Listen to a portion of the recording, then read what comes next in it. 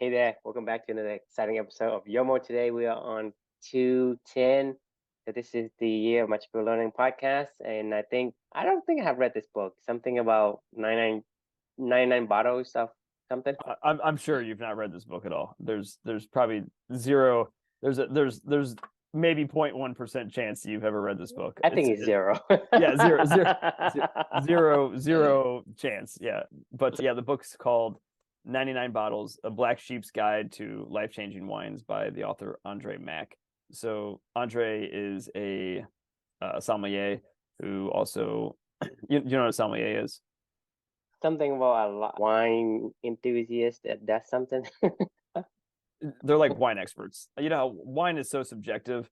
They do their best to understand as much as they can. They're like art curators almost. People that just know the world really well and are there to help guide somebody else through the confusing maze of wine, the world of wine, right? Because there's so many different varietals and so many different regions and appellations and terroirs and all this stuff right around the world. There's wine everywhere, and these people are experts in wine and do their best to understand a particular wine at a particular time, a particular region, a particular place, and then try to relay with that the smells and the tastes and whatever to people that are like, well, why would I spend $200 on a bottle? I don't understand. And they're like, well, this is why it's great. It's because XYZ, and So they're a storyteller. Oh yeah, for sure. That is their job. I mean, to be in a story. Oh, yeah. creative profession, the bottom line is that you're telling a story. You try and 100%. convince somebody of They're some value. no, they're literally salespeople. I mean, like 100%. Like a sommelier is just a really fancy. It's a wine seller. They're a wine expert that sells wine and helps connect consumers to wine producers, right? A lot of times you'll have a sommelier at really fine dining restaurants. There's extensive courses and training you have to go through to be certified as a sommelier. They go through years of training and practice. So Andre Mack is a sommelier, and this is his story of his life through bottles of wine. So like how he kind of each bottle that he went, that he talks about in this as like a story in his life and what he learned from it and how it brought him toward what he does today. His beavering, on purpose, right? Is wine. So each one of these bottles, or sometimes they're not necessarily wines, or sometimes they're alcohol, just like cocktails or something like that. But each one of these drinks through his life, had a kind of purpose and led him to where it is today. So that's what this is. I love wine. I've talked to you about this before in the past. This is why it was interesting for me to read this. Also, he's African American as well, which doesn't necessarily have any bearing on this, but it did for him because the world of sommeliers and fine dining doesn't have a lot of African American influence on it. So he was kind of that's why it's called a black sheep's guide to life-changing wines, because he's has a different perspective and paradigm as to this industry and how he came into it and what he's experienced along the way as well. So it's kind of just his life through wine. I really enjoyed it. It was fun. It was like 99 different stories, little stories that kind of weave together on one big theme throughout the whole thing. As I finished this book, the only thing I could think about was the reflection title is Don't Keep Your Life Locked Away in a Cabinet. Andre Mack mentioned in the book that he learned a really valuable lesson early on in his wine journey. That was that wines are meant to be consumed and enjoyed instead of collecting them. He wanted to experience the wine, and because that was more valuable for him, right? It didn't matter if it was the most expensive wine or the least expensive wine. He just wanted to experience the wine because that was the point for him. It was something to be consumed. It was something to be felt in the time, place, and moment, and shared with other people and all this other stuff, right? There's a lot of people in the world of wine that are collectors, and they don't ever drink it. And he's like, I don't buy really expensive wine and then just hold on to it. He's like, when I buy an expensive bottle of wine, I want to try it. I want to learn it. I want to understand what it is so I can share it with other people and all that good stuff. So for me, this was a huge lesson because this goes back to a story that I told in the book. I further went a little deeper into it. I don't know if you remember the story at all, but have always been a bit of a wine enthusiast my whole entire life since I've been able to drink as an adult. I'm a celiac, so I don't eat wheat, barley, or rye, which means in my adult life is when I discovered this when I was 22. I don't drink beer, and I stay away. I've never really been a cocktail fan or a hard liquor fan. So naturally, I ended up kind of dabbling around in a lot of wines and understanding why I liked a certain wine, why I didn't like a certain wine. In college, I took a wine appreciation course. It was like this 16-week-long course with an actual professor of wine. It was a really fun class. I learned a shitload. It's actually really hard. You had to learn all the different appellations and vintages and where they come from around the world, all the different varietals and how they're made and the winemaking process. It was actually a pretty complex class. It was not easy. Really, what's made my love of wine the most impactful in my life is my wife and I, we don't really have a whole lot in common on hobbies that we like to do. She likes to spin cycle and I like to go play tennis, and she likes to read fiction books and I like to read nonfiction books, and she likes to do, like there's like a lot of these little things. She's a bit of a foodie. I don't really give a shit what I eat. There's a lot of disconnects in some of the hobbies that we like to do, and like wine is one of the only things that her and I both really love to enjoy together. So whenever I think of wine a lot in my personal life, I think of experiences with her. I mean, we've gone all over the world to different vineyards, and whether it be in Italy or Spain, France, or Germany or Portugal or Canada and their wine country, or Napa and Sonoma. Everywhere that we've gone, we visit vineyards and farms and things like that out in these cultures and understand what it means to these people, and like understand what this particular wine means to this particular region and the history of it and all that other stuff, and experience it with like the local people. And it's experiences that I'll never forget. And I love spending that time with my wife, and I think very fondly of those times with her. And it's something that we've always connected on, have really enjoyed to do together. So every time that we would go to one of these places or go on one of our little wine trips, we would always bring back a bottle as like a souvenir, or something along those lines. When we would go tasting at a certain vineyard, we would fall in love with a particular wine at a particular place. Maybe it was because it was the fifth tasting of the day and you're just a little bit drunk and you remember certain things. There's certain bottles that I just remember certain experiences with her where we both connected over. I'm like, oh man, that was an amazing bottle. I can't wait to buy that and bring it back home, and maybe we can have it again sometime. For me personally, we started to develop a little bit of a wine collection. Like, it wasn't like huge or anything. We have just a wine cabinet, maybe 30 wines in there that had been built up over the years from different vineyards and memories that we had acquired together. And for me, it became a bit of a running joke in our family that I would never drink them. We would always say like, oh, we'll open that one on a special occasion. And literally, we never drank them. A birthday would come by and I'm like, that's not special enough. Like an anniversary, I'd be like, it's really not that special. We have them one every year, and it's like, or, I don't know, a graduation. My wife has 2 different master's degrees, like, and it's like, whatever, you'll probably get another one. It's fine. Like it was just, it just became like a running joke, where it was like, well, we're never going to, there's never an event that's going to be special enough to convince me to get rid of one of those bottles of wines and consume it. That was my stance. These things were memories for me. These weren't just bottles of wine. These were tangible memories. When I would look at that bottle of wine, I would think of, the time that we experienced at Linmar Estates in Sonoma County and touring the vineyard. And I see it in my head right now, hanging out with my wife and my friends as we were having a really fun day out there. These are my memories. And whenever I would look at those bottles, I would see that I can't drink my memories, is what my thought process was. And that was my stance. Like, it was just never going to get drunk. And then, as you know, our life changed pretty dramatically on April 22nd of 2020 when our daughter passed away. And there's one particular bottle of wine that was in our cabinet that I had them actually ranked in order, and like by the way that they sat in the cabinet, of like what were the ones that were the most important and what were the ones that were like, maybe I'll drink those ones at the end over there, but like the ones that were at the very tippy top of this whole entire cabinet assortment, I was like, they're never gonna get drunk. And there was one bottle that was always there, and it had never been bumped off the top list ever since we had acquired. And it was this bottle from, actually it's right back here. Hang on a second.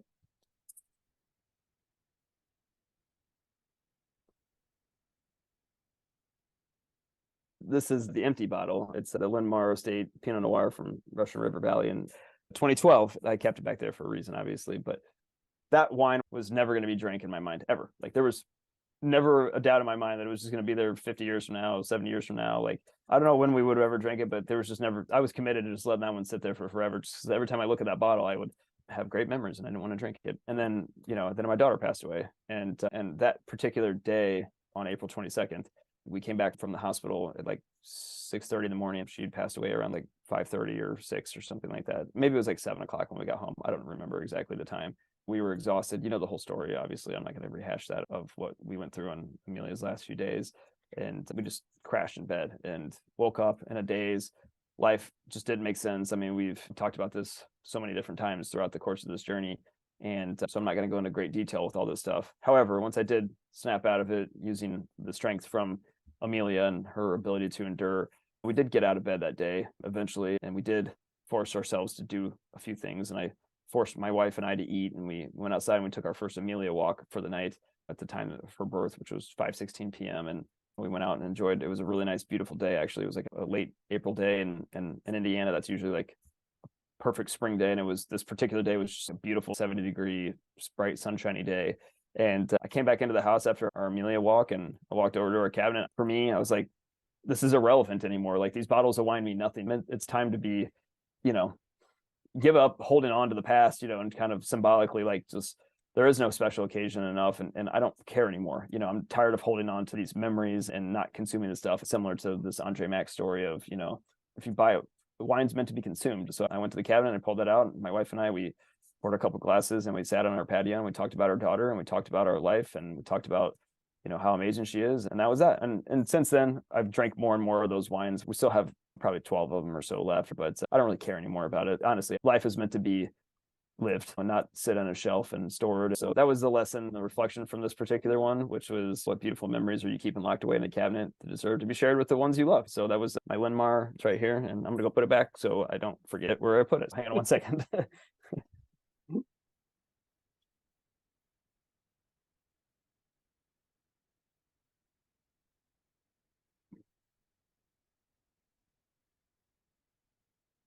All right, I'll cede the floor. What do you got? What are you thinking about?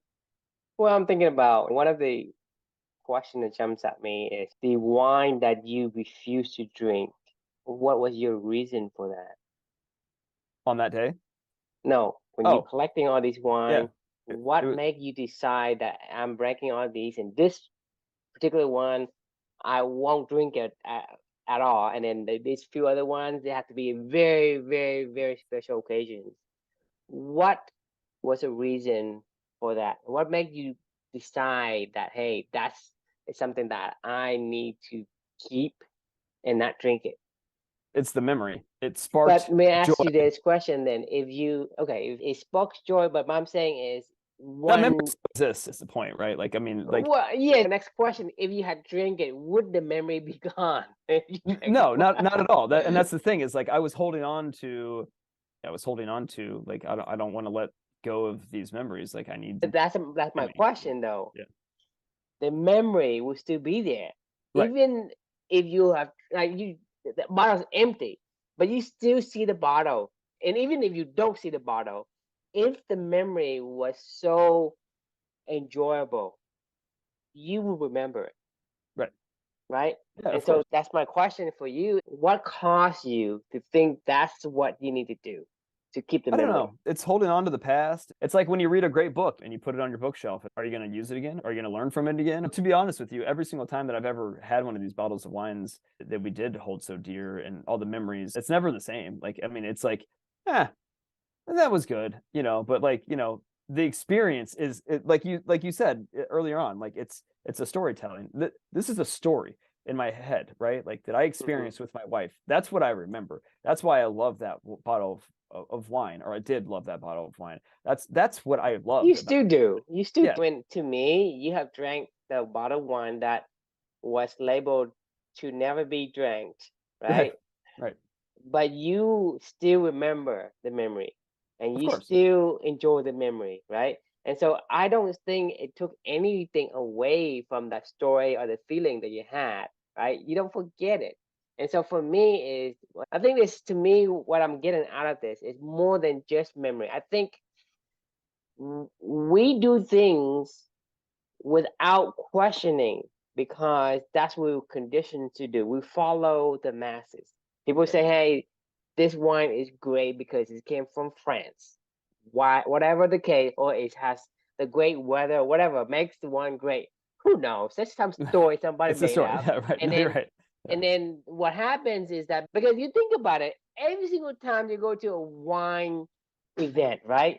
Was it like, oh, I drank this wine in a dusty, musty, hot, humid, like smelly, stench conditions, or Right. in the most romantic with violin music going on? Right.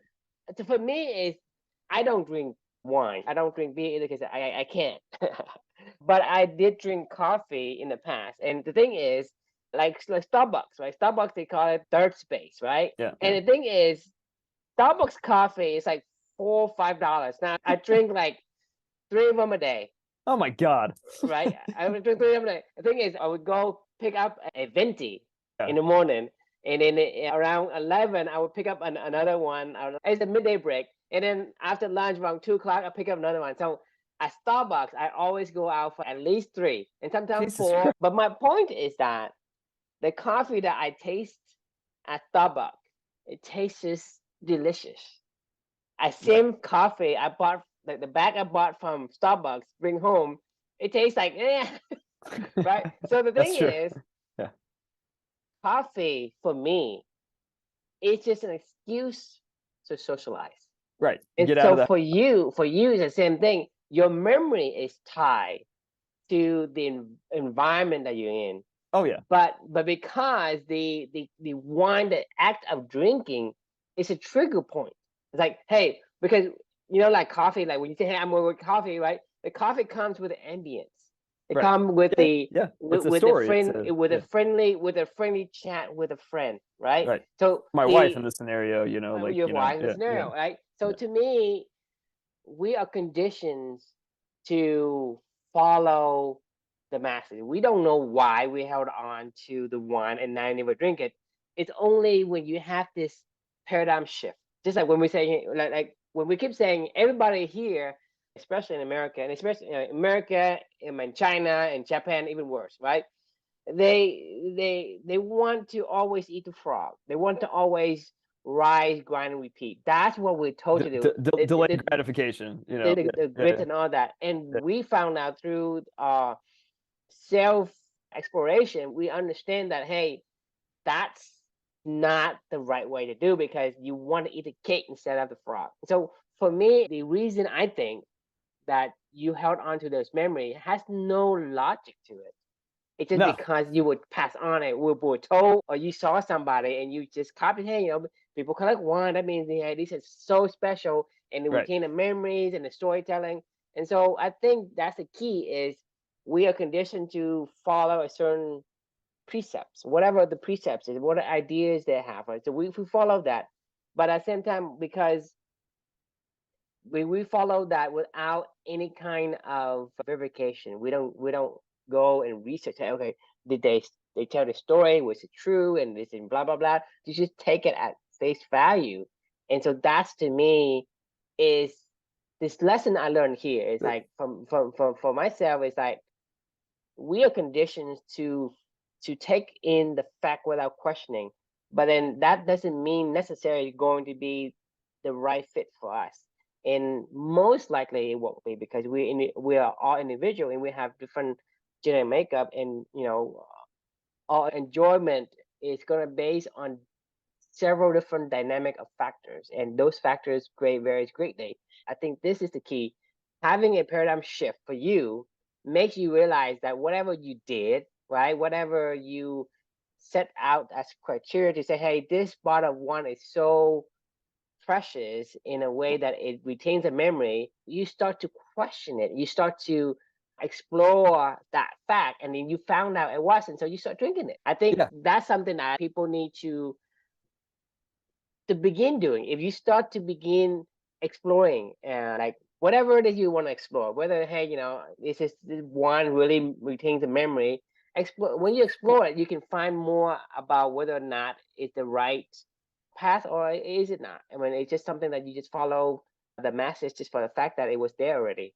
Right. Well, agreed. And I think taking it further, my values were tied up in an object. They weren't tied up but what I actually valued about that wine was the experience, the connection with my wife, with other people, with like, so for me, the lesson was even further as we tie it back to like our mission around values and purpose and things like that. Like I had put a whole lot of value into the tangible bottle of wine that stored happiness for me, right? Like, but the happiness is never going away. Like, and not only that, Right, like right. it makes me think like when you have something that you really love and you value, it's meant to be consumed. It's not meant to be put on a shelf and like stared at, and delayed gratification for. Because what's the point? Like, if you're not doing stuff that you love every day and you're not consuming stuff that you love every single day, and you're just either putting it away, tucking it away and saving it for a rainy day, you're like, someday that may never come. Like, you can't just tuck away the stuff that you love to do up on a shelf and go, oh, I remember the time when I played tennis when I was 10, and I really loved it. Like, well, I guess that dusty racket will just sit up there. No, it's get out there and fucking use it. It's live your life. If you value something, don't lock it away and put it somewhere. It's got to be consumed for it to have And I value. think, I mean, the paradigm is that when you have something of value, you think that when you use it, It's it gone. disappears. Right, right. But the thing is, in the wicked environment of life, which would mean dynamics, right? And Right. kind mean has a specific rule. In the wicked environment, right, everything's in flux. And the values, right? The only value, you can only have the value if it's being used. Your Right. talent cannot be used unless it's given out. Right? Let's call it consumed. You Consume your consume values. value. Yeah. But the Yeah. thing is, when you consume value, it grows. So Right. so there are certain things that the only way for the value to be realized is to express that talent, right? So that talent cannot be understood, even be seen anyone unless it's being used. That talent is being Right. used, right? You think about it. If you don't use a talent, who knows? Who Right. knows? But that's the thing is, in the kind environment, when you consume something, right? When you consume something, it has less of it. But in the wicked environment, it could be both. It could be, sometimes when you consume it, it makes. Yeah. And so in the wicked environment, there is not a fixed rule. There's no fixed rules to The anything. pie can So grow. I mean, you can say, well, 1 plus 1 is 2. No, 1 plus 1 doesn't have to be 2. It could be 10. When two-person put together their complementary skills, that multiply more than just twice. It Sure. multiply exponentially. 4 kids. Right? I Exactly. mean, it's just you and your wife when you started. Yep, exactly. And so that's an example Right. of a dynamic, quote unquote, wicked environment. And Right. so the same thing is, we have to understand, because the thing is, based on your reflection, what I get out of it is that people tell you how to determine a value or a certain thing, Or what to do right? with it. Yeah. Right, because they say, well, in order to value it, this is what we have done in the past, and this is Store. what you should do too. Yeah. But in what we have learned thus far, because we are in a wicked environment, that is not necessarily true, and probably won't be true for you, because you have going to value something different from other people, because you are different. Right. And so I think it's, instead of taking the existing precepts and mantra and dogma, or whatever that you want to call it, these conditionings of society. Hey, one is like this or one is like that, right? If you are a wine lover, then drink wine. If you're not a wine lover, don't drink wine.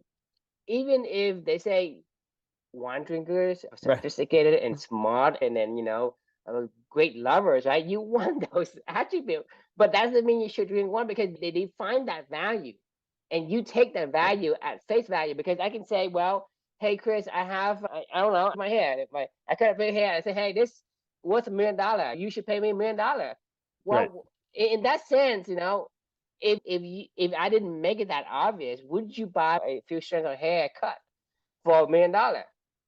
If somebody Obviously, you told me it you was would, worth because more, if right. I did for it's like a figurine collector, or like Beanie Baby collectors, or like action figure collectors, where they keep it pristine in the box and they stare at it all day long, and they wait for 30 years. This goes back to you remember the procrastinated on purpose conversation about the cup of coffee costing $55 and like net present value basically, and for the $5 you pay now.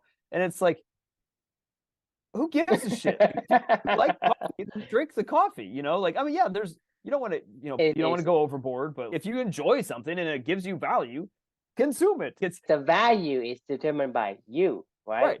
Your enjoyment level determines on how best you fit it to that particular conditions and Right. criteria. It is not defined by the masses. The masses just say, hey, there's some guideline, there's some range, right? That, hey, you should be able to do this. But some people buy a hamburger for $10,000, right? Because they could and they want to, and because they think they determine the value of an object, Right. not everybody else, because everybody else is like, you have to put your core values at a door to come in and assume the core values of the whole mass, which is like you're talking about the bees versus the monkeys, right? And that kind of diminishes your level of enjoyment of anything, because you basing your value not on your own but on somebody else's word. And that's a wake-up call I got from this reflection is, a lot of things you have to be able to understand the value and how can extract the enjoyment out of it, versus telling people, hey, you can eat the frog so that you can, later So on you can get eat, the so reward. maybe, yeah, Instead of drinking right. the $5 It's coffee today, right? You get $55 in 30 years. right. It's delayed gratification. It's the marshmallow test. I told you my answer to the marshmallow test. It depends on the day. I know what I value on particular days. And on a Saturday, when I don't care, it's a day that I'm not going to push myself for a workout. I'm trying to relax. I don't want to be stringent or anything like that. I'll eat the marshmallow. You give me 5, I'll eat 5. You give me 10, I'll probably eat 10. Like, I'll eat it until I don't want to eat it anymore. The thing, that's the thing is, Like, you because I don't value everybody, most of people knows about a muscular test, and most people would judge the people who can be great gratification are deemed like smarter and more successful, right? To me, always that's as just a following bunch the of rules of BS. society. Right. That's a Yeah. bunch of BS, right? No, The it's term not. of It's not success. BS. They're really successful at following the rules of society and telling that. Well, because you're right. Right. I mean, basically, is you're scared of cat to do anything. I mean, I could say that's success. Right. It's You too it's scared out of your pants to do anything. You can't even speak up for yourself, right? You can follow in society. People tell you to do whatever. People tell you put your head on up your ass. You do it, right? right. You're successful because you are like perfection. You follow the orders to perfection, and you are the most successful by that standard. And that's Right. what I'm trying to say is there are certain conditionings that people, society, pass down to us, and we take it at face value because we have no point of reference. But you cannot continue to do that, because most people want to follow the majority rules, kind of. So hey, if everybody does this, that means it's normal. If everybody stick their heads up their ass, right? If majority of people do that, that's normal, and that's Right. the way you're supposed to do. Right. And that's what we're going to reward. Yeah. You think about it. If I make that ridiculous of an example, wouldn't you want to stop and think about, okay, maybe this isn't for me, right? This isn't for me. You have to understand that question, that sometimes whatever people put in front of you, it may not be the right fit for you. So you have to explore on your own and figure it out whether or not the It's enjoyment comes through the things that you do or do not do, not based on somebody say you have to do. agreed. It's the deliberate action that matters, right? Like, it's deliberate. Doing when you delay gratification in like the marshmallow test, you're doing it for other people, because you're saying I'm supposed to follow the rules, and I'll be rewarded at some point in time. Because that was the common understanding in that realm. Like, because you get influenced by the people that you get inspired. Like, you go and say, hey, that person is like a sommelier, right? So, and they have collections, and they have this wine cellar with a bunch of variety. Well, you think, well, if they have a variety, I mean, they must be collecting. If they have it, I mean, they must not be drinking. Therefore, Right. you make that assumption. You assume that's what the wine enthusiast, and if you love wine, you're supposed to do that. Versus, Right. like people say, you gotta go and swish the wine around the glass, and you have to taste it and get spit it out or whatever, right? Right. To me, it's like, I don't know, man. Who made the trend, right? Well, Somebody made the trend. So you only spit it out somebody's because famous. if you don't spit it out, if you're tasting wine all day long, you'll just get really shit faced. I mean, you can only consume so much wine. But the thing is, you are saying that to me. Did you ever think about it? Because for me, is I don't think about it. I say, if I like the wine and I drink maybe a half and half of each, and I'm done. I don't have to go Oh, again. I don't have to taste like 100 of them in a day. well, To that's the me, that's the dirty secret of the wine industry is, If you like a $2 bottle of wine, then it's good wine. Like who gives a shit how much the wine costs or where it comes from? Your point is right, was spot on at the beginning of this. They're just salesmen, like, or sales professionals, and painting a picture to help build more value of that particular wine. But at the end of the day, you can like a wine. I mean, there's plenty of wines that I drink every single, It's called Friday pump or and Saturday. sell. I didn't finish my thought on the marshmallow test, right? So neither one, whether you have no impulse control and you just eat a marshmallow, somebody gives it to you, and you don't know why you did it. You're just like, oh, I'm just gonna eat it because my body's telling me to eat it. And your elephant saying there's sugar there, eat the sugar, or whatever it is, right? If that's why you're doing it, then that's not good. But if you're also delaying gratification because you want society to feel like you're doing the right thing or something along those lines, because you're not doing that for yourself either. Neither one of those things is what I was getting at. Is you're not doing it for yourself. Like you're either your elephant is and your impulses are doing it, or Mhm. you're doing it for somebody else, right? Now, I don't give a shit what you do as long as it's on purpose. If you want to eat 500 marshmallows that day and you're like, yeah, you guys are giving me free marshmallows today, I'm gonna eat it and it's on my cheat day. Hey, idiot, keep giving me more, keep giving me more. You're like, these dudes are dumbasses, or something like that. I got free marshmallows all day long and this is great, Or like if you are like, no, I need to not eat this because I'm gonna go running today is more important to me and I don't want to feel full while I'm running or something like that. So like I'm gonna choose. My point of what I was getting at is like neither end of the spectrum is good. Either the ones that just, when you're a kid, obviously you don't know any of this stuff. So that's why they do this study on kids, because they're like, do they listen to their mom and dad or do they not? Or do they just do what they want to do? They can be taught through the course of your life of going, okay, child, as you get older and you get agency over your life and you start to understand what you do naturally like and don't like, okay, now give them a marshmallow test when they have agency over their thoughts and can understand naturally what they gravitate toward or don't. And then let them decide, using that as their framework as to whether or not I want to eat the marshmallows. That's the people that I want to be around. That's the people that we want to be in heaven company, is somebody that does deliberate action. And they don't give a shit, because we're always living a life of tests and trials that are being put in front of us. You can either, and that are going to be designed to funnel us to our worst instincts or to what society tells us is our best instincts. We say choose your own instincts and figure out what aligns to your life and doesn't align to your life on that time, place, given day, et cetera, et cetera. So it's about consuming your values when you want to go consume them for reasons that only you know, right? Like that's really what this is all about, and that all gets summed up in a stupid marshmallow or a bottle of wine or whatever. Like, and making a decision of saying, like, look, you can't take it with you. Like none of the stuff you can take it with you. Like, so if you care about something, then consume it. Because like my daughter's not here anymore. You could not be here tomorrow. Like that bottle of wine could be sitting there for another 500 years, or I could die tomorrow and then somebody walks in and there's an estate sale and they're like, oh, this bottle of wine looks good. Let's go have it for dinner tonight. And you're like, what the fuck? You know what I mean? If you care about something, consume it for the reasons why you want to consume it. I mean, it's an interesting, I wasn't expecting to go down this road, but that's why we love doing this stuff, because it helps me to unlock even more stuff and it helps you to unlock more stuff as we converse about it, right?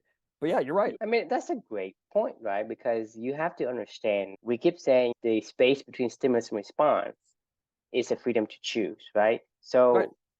to kind of summarize what you just said, it's not about whether you do A or B. It's about whether or not you are in the driver's seat. Right. Why you Is did it. your body is driving you to do the things and overriding you and your cognitive abilities, or society is deciding for you and overriding your cognitive ability? Are you in the driver's seat? Are Right. you the one that's making the decision to say yes to the marshmallow or no to the marshmallow? That's what we're advocating. We're not advocating one way and say, hey, my body say I want sugar, eat sugar. Like, does it go through your, are you the one that chose it? Right. The space between stimulus and response is freedom to choose. And if you can utilize that, that's the point of what you just say, right? That's a key. Are you driving it, or something else driving it other Right. than you? If something else driving than you, it doesn't matter one way or the other way. It's still not you. That means it's wrong, right? Right. The only one that's right for you is you are the one who choose. And when you let that cognitive ability to choose, right, then sometimes you're gonna take it, sometimes you don't. It just Right. depends on the value you have that day. And to me, that's a super important concept to understand. And it's good that you brought that up, because I think that kind of clarify a lot of the concept that we're trying to say. Is it's not about to do one extreme or the opposite. right? Because people say, hey, if you say this isn't good, I'm gonna do the opposite. That means if you say one on one end is wrong, then the other end is right. And the thing is, in reality, it's not that simple. It could Yeah, be in like the middle. It could be like just slightly to the right, slightly to the left. It could be in anywhere in between. So the I only mean, way for you to say, if it's right for you, is you have to decide that if you are in the driver's seat or you're not, and that's the point of this. right. Like you could drink wine all day long and you're called a drunk, or you could let your wine sit in a cabinet for forever and you're an idiot. Drink it when you should drink it because you want to drink it because it's something you care about, like it's not that hard, but it is that hard, right? Because it's like I wasn't choosing to do that. For whatever weird reason, I've been told to delay gratification in my life. And because society That's probably what society tells us to right. do it. So I was delaying gratification on these things, and I've trained myself to delay gratification. I guess I'm good at it. It's probably why I've been good at my career and been able to, have success in a corporate world because I've learned how to navigate. I learned what people care about, and I learned how to do it. Right. I think now it's different because I can be intent. I'm after this whole journey and in our Club and Elite programs and things like that. I'm intentionally choosing when and where I want to do that and how I want to do that. And it's not that I don't play about some days I play by the corporate rules, some days I don't. But the point is that you are the I one chose. deciding Yes, it. exactly. You are the driver, right? That's the key. Is are you driving or somebody else is driving? Whether the kid is driving or an adult driving or a machine's driving, it's still not you. It's you versus not you. That's the concept, the idea that we want to drive home. As long as you can decide that, that's the difference. Right. Exactly. Like if you drink all day long, you are just an alcoholic and you're not deciding. Nobody would decide to want to be an alcoholic, right? Like, or if you just eat pop marshmallows all day long, you're going to be obese and have some serious health concerns, like you can't do that. You're not in control of those actions, and like that's an Right. addiction. Like, well, actually, all even values are addictions, but it's a controlled addiction. It's controlled. It's controlled. If you say, well, turning left is wrong, then I always going to turn right. What happens when you always turn right?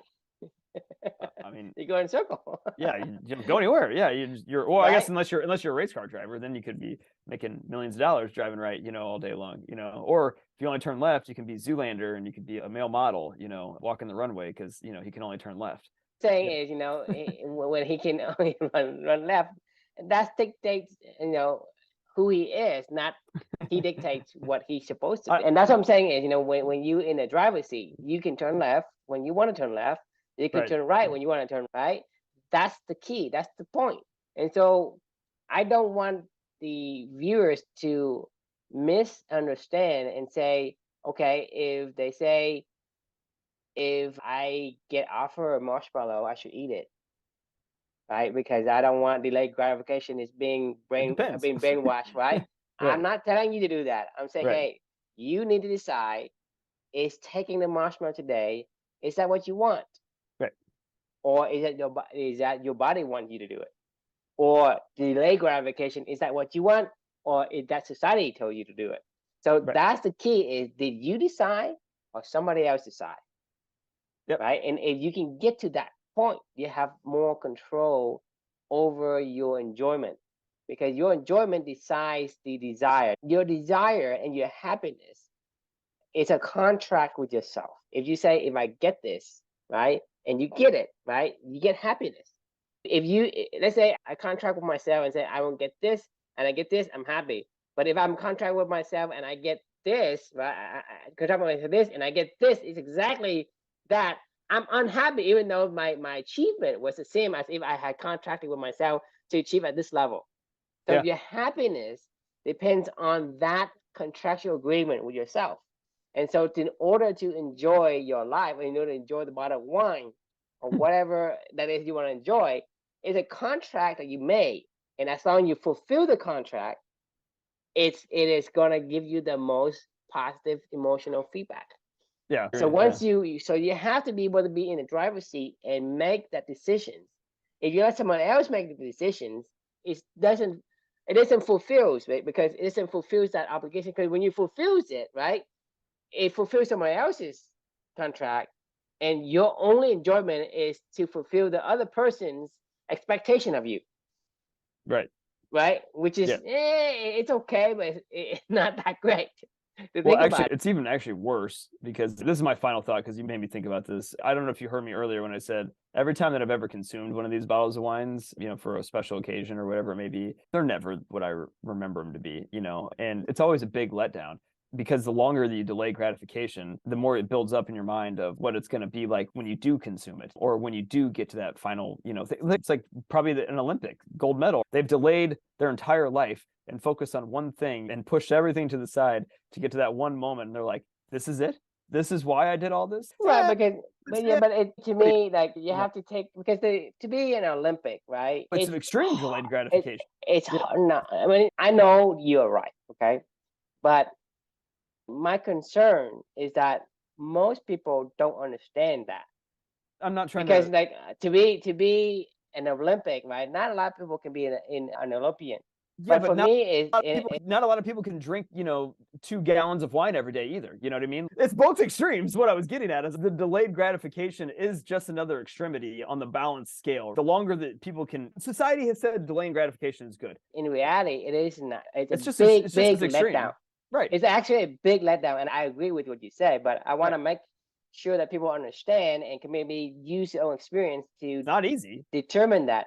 Well, it is pretty easy because No, it's I've, not. I mean, it's not easy to delay gratification it's easy either. to understand once you put it in the right context. Right. Because when I was younger, right? My family is poor. I'm poor, so people have computers, have games, and all that, right? And I when I was younger, I really really want to play games. I would want to like, and my mom said like you have to do well in school. You have to do so.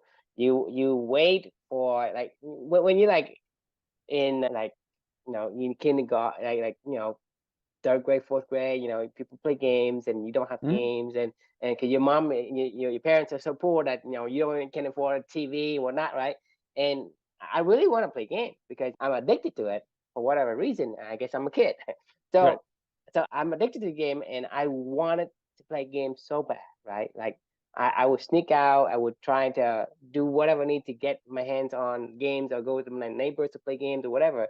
And I try my best, but I still couldn't have time to play them. But that's all I want to play. Right? Just have to play games. So basically, my parent told me that whenever you finish school, you have a good job, you can play games all day long, and that's in my mind. That's all I want to do. And so when I Right. did finish school, I stopped playing games. Like, oh really? Yeah. This is I, fun. I I play for like maybe a day, and then I don't play it anymore. Right? Right. So that's the thing. You have this pent up desire to play game for like You 12 built it up. years. Right? Yeah, you You built it up built in it. your head. Yeah. It's like when you get to the point within you, you were gonna have the best time of your life.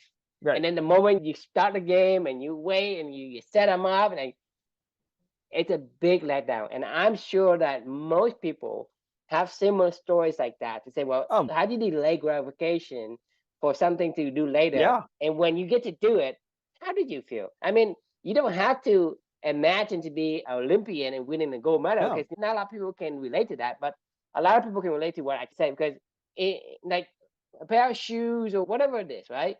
10 years to They, drink a bottle of wine. I mean, like that's kind of crazy, right?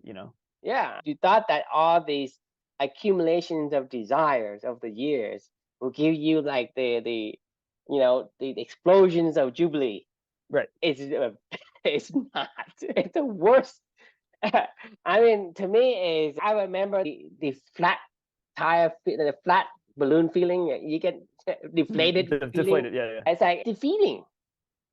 Yeah. I mean, the thing is, you had this idea of this great joy that you would have, but the reality is actually the opposite. For whatever reason, that's always been the case.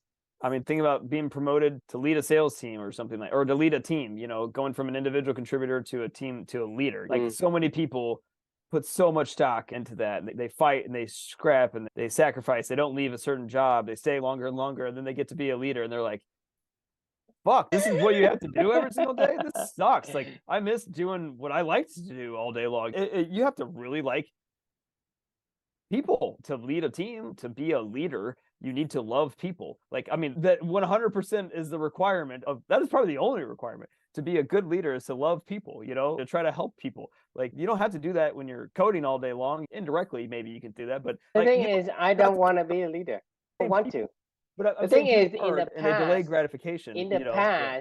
past, I thought I want to be a leader, Right. right? Because that's what I was told that, hey, you're supposed to be a leader because, More, it's desirable, right? right. But when I learned about myself, it's, fuck, I don't want to be a leader.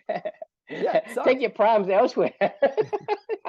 But I love people's problems. Like, that's the thing is I'm like, oh, bring them on. I don't. Yeah, like for me, it's the best thing ever. I love it. So Like, it sounds like people say, hey, would you rather be a lion or a beaver, right? No one picks a beaver. No one. It's I like, mean, oh, a lion is king of the jungle. A beaver is like, I'll pick a beaver. right. I'm All an the engineer, man. drama, Yeah. right? I I just was, want to do my thing. yeah, This is yeah. my poor.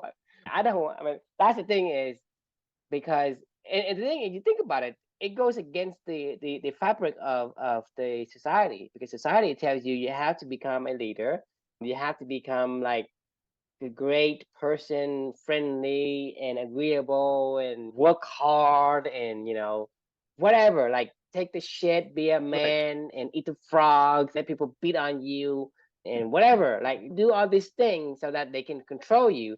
And to me, it's like fuck that.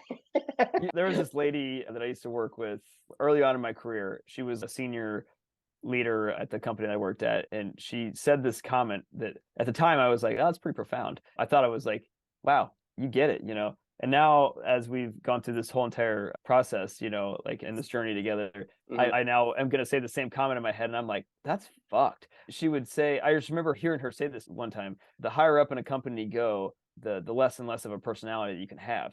And it made total sense to me because I got what she was saying, where I'm like, yeah, you got to really worry about everything. You got to worry about, saying the right stuff, being the right person, doing the right things, conforming to what everybody wants you to be, and you just can't be yourself anymore. And now, after this whole journey, I'm like, that's fucked up. Like, that's beyond fucked up that people have to live their life trying to not be themselves. If that's what it has to be a leader, like that, I don't want anything to do with that. You know what I mean? Like, that's not true, by the way. I mean, it was true in her life, so I can't say it's not true. The thing is, nothing is either black or white, right? Because we are not in a kind of environment. We are in a dynamic, wicked environment, meaning that rules don't apply just because you have or you made them, right? It doesn't apply. I mean, so you're gonna have to understand that each individual action you do is based on you and you alone.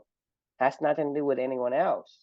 Because the Right. thing is, like I said, I don't want to be a leader because my enjoyment isn't to lead anyone or to be responsible for anyone. I don't want the responsibility. Like I said, Well, I'm not why would I responsible for want? anyone. That's not my Right, leadership style. I'm like, you're responsible for yourself. Like, I'm just here to help you when you need help. right. Now you're out there, you have a bunch of different leadership styles, and one of the most popular one today is a servant leader. It's like, what the Right. fuck is a servant leader? If you're a servant, you're a servant. You leader, you leader. To me, that's what I see, but people disagree, Ah, right? I, They I say, mean, I, hey, I you don't as a disagree. leader, you're supposed to serve your people. Like, It's not sir. You're supposed to collaborate with them. You're supposed to be there for them. but You work that's no, the for them. popular. I'm talking about the different flavors of leadership today. No, I One of understand. them is servant leadership.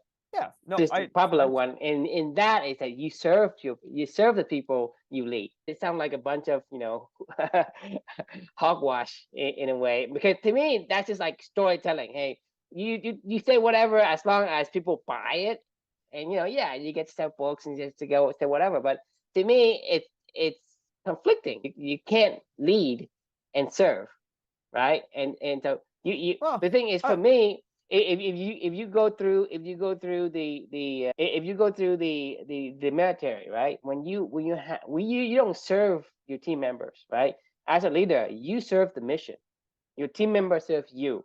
You that's serve the fair. Yeah. mission, right? And so there's always this layers. It's not the circle. You don't flip it upside down just because you can. Flip it only it makes sense to you. And I don't know, it may make sense to other people, but for me, is that's what I'm saying is, in a lot of Well, companies, you have managers on top of managers on top of managers, and then you have 1% of the people that's actually doing their work, right? And these are servant leader because they like, hey, what do you yeah. need? What can I help you with? Go do your fucking job. Let me do mine.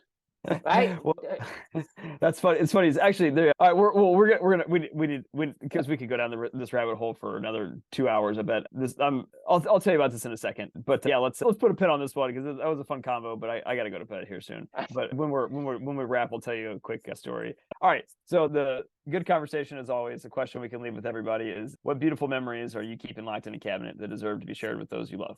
So like get out there and consume your values if it makes sense. If it doesn't, then don't. No, Yeah. that's the only way to do it. Right. All right, folks. Well, that's it for today, and we'll see you Monday. Good night.